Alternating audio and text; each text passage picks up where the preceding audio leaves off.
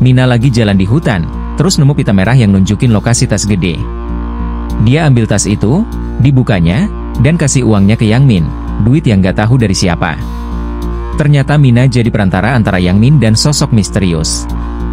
Dia udah beberapa kali ambil tas berisi uang itu, tapi kali ini tasnya hilang. Yang Min pun ngamuk, mikir Mina nyuri duitnya. Mina akhirnya memutuskan kabur bawa uang Yang Min. Dia ambil barang-barangnya di loker stasiun bawah tanah. Habin yang ngikutin Mina di kereta mulai nyari tahu tentang dia. Mina simpan uangnya di loker lain. Habin ngajak Mina dan Jion kabur dari polisi yang dia karang sendiri. Di motel, Habin dan Mina berantem karena Habin gak suka sikap Mina, dan dia malah telepon polisi.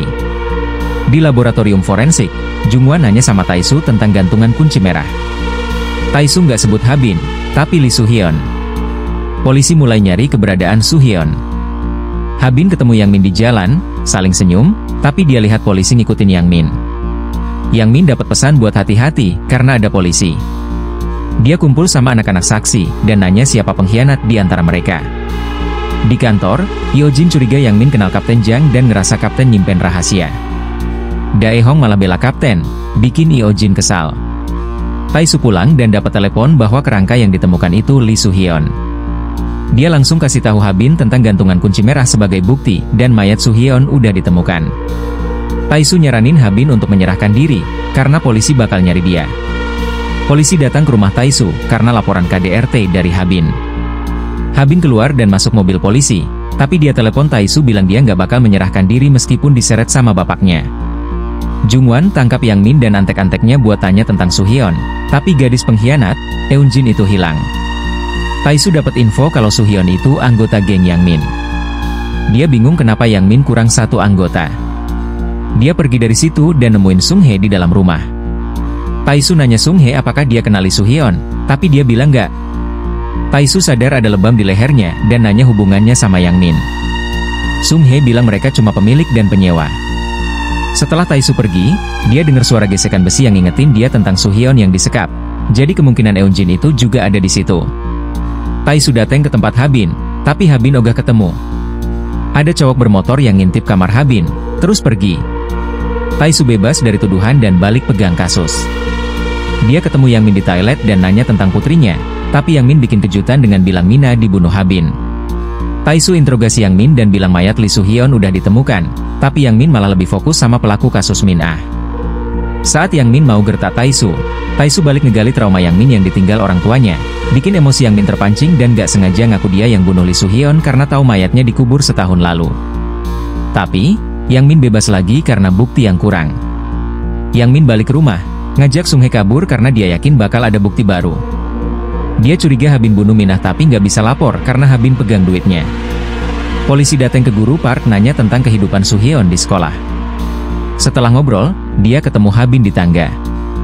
Dae-hong dan Yeojin ngecek rumah Soo-hyun dan nemuin gantungan kunci yang sama dengan barang bukti. Petugas forensik juga dapat foto Soo-hyun bareng sosok yang wajahnya digores. Di sisi lain, Habin ngajak Yang Min ketemu. Dae-hong suruh Yeojin pulang duluan untuk cek rumah Yang Min dan keadaan Eunjin. Tapi Yeojin marah karena dia lebih mikirin saksi. Ambulans datang ke rumah Yang Min karena percobaan bunuh diri. Sok-moon minta Taesu dan Jungwon berhenti ngintai Yang Min. Dae-hong sampai di rumah Yang Min dan ketemu anak Sung-hye. Dia nunjukin foto Eunjin dan Lee Soo-hyun. Begitu lihat foto Soo-hyun, anak itu langsung diam. Pas itu, Eunjin masuk dengan wajah penuh lebam. Dia kesal sama Dae-hong yang gak nepatin janji.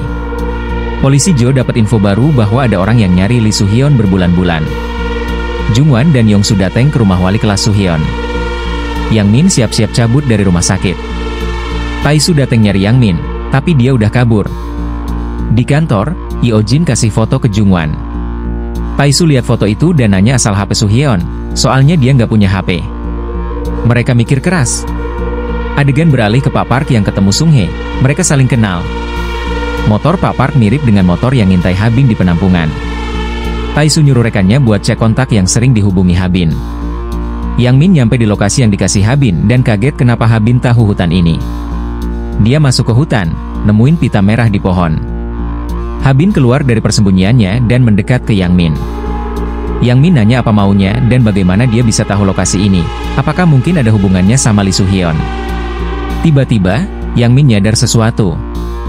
Di kamar Habin, Tae-soo dapat telepon bilang nomor yang sering dihubungi tahun lalu adalah nomor Jisoo, dan ada satu nomor lagi di lemari Habin yang terkunci. Yang Min juga nyadar Habin mirip Bibi yang mereka peras dan nanya motif Habin, apakah mau balas dendam dan kenapa dia bunuh Minah. Habin balik nanya apa alasan mereka memeras Bibi yang adalah ibunya. Yang Min kasih HP-nya. Sementara itu, Tae-soo paksa buka lemari dan nemuin HP milik Soo-hyun. Habin dapat fakta mengejutkan, yang ngubur Soo-hyun adalah Jisoo.